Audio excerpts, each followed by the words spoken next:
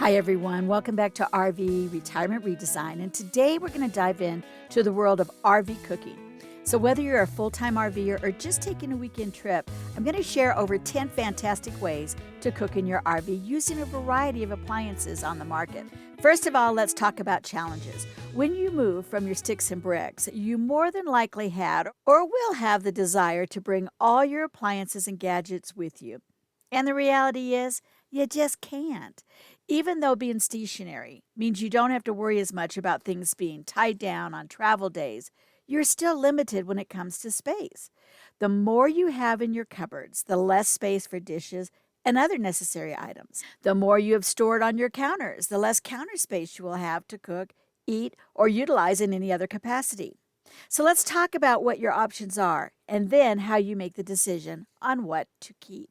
Going from a 304 square foot kitchen to a tiny RV kitchen was challenging.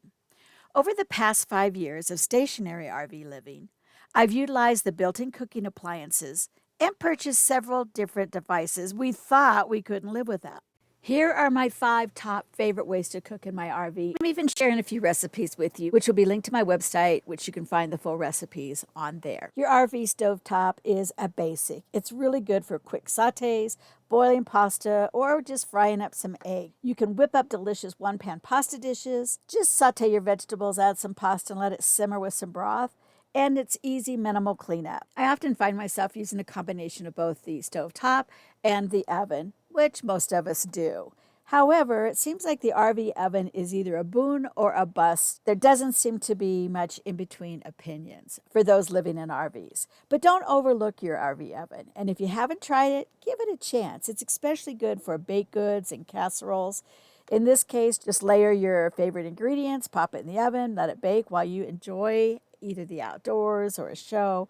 And it's a comforting meal that just feels like home. Beyond reheating, use your microwave for steaming vegetables or cooking quick things like oatmeal. And remember, it's not just for reheating, but also for cooking some things like potatoes fairly quickly before you finish them in a skillet if you want something of a more crispy texture. Many RV units are now coming with a convection oven and omitting the traditional oven. If your RV has a convection oven, try roasting vegetables or baking cookies. The results are crispy and delicious. My toaster oven is by far my second favorite appliance that I use for cooking in my RV. We buy these little pizzas at Costco, and I can fit 2 of them on here, cook them in 15 minutes or less, and have a snack or even a light meal.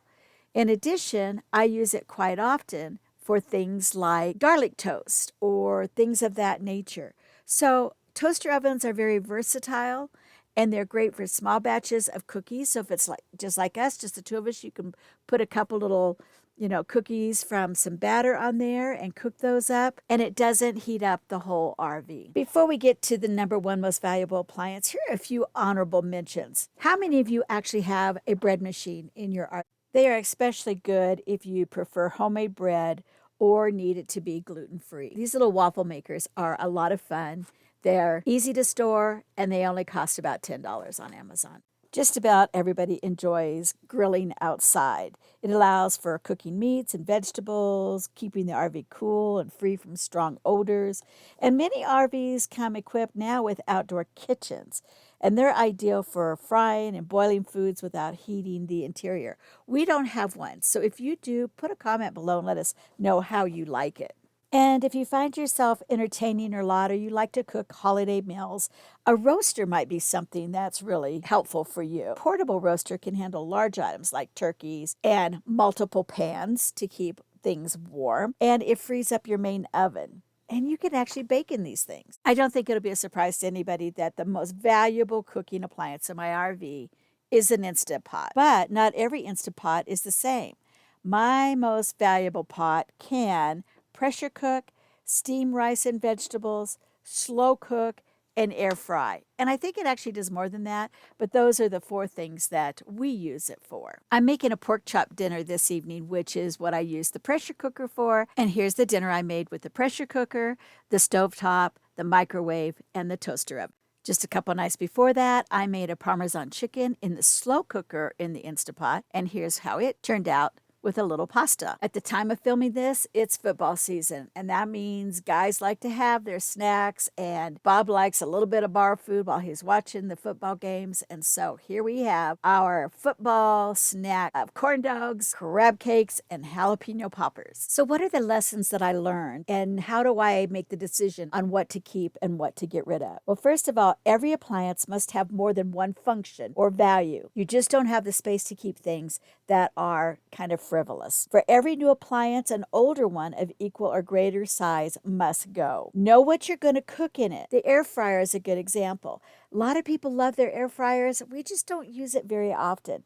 But because it's a part of the Instapot, I'm not putting another specialized appliance in a space that is of great value. Give yourself time to make wise decisions. Think about it before you purchase it. Do research to find out what all it can do for you. And then really, if you get it and you find yourself not using it, gift it to somebody. Bless their day with it, because your space is precious in your RV, and you don't have that space to store things you'll never use. I hope you enjoyed this video today, and if you found it helpful, would you do us the honor of liking and subscribing? And let me know in the comments if you would like the extended footage on the preparation of each of these meals. I'll add it to YouTube, but you can get all of the recipes on the website. If you enjoyed watching today's video, I'm sure you're going to enjoy watching one of these next.